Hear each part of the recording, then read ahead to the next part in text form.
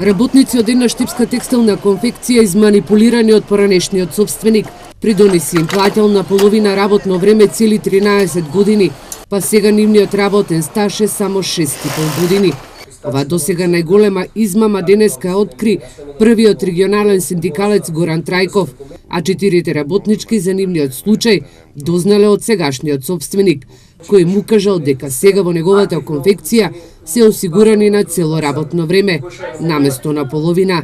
Инаку во конфекцијата која засега не се открива, биле вработени околу 200 работници.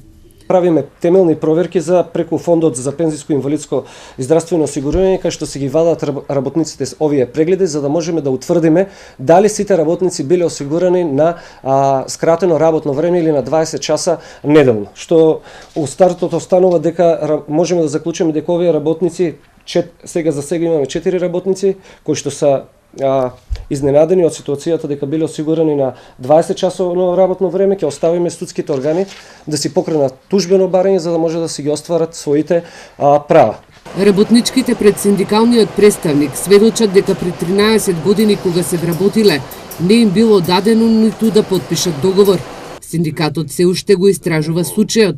Засега единствена казна за собственикот кој ги измамил работничките е да им го плати стажот за изминатите 3 години, додека 10 години ќе им останат нецелосно платени. Тимот на адвокатите бара начини за кривична одговорност против собственикот.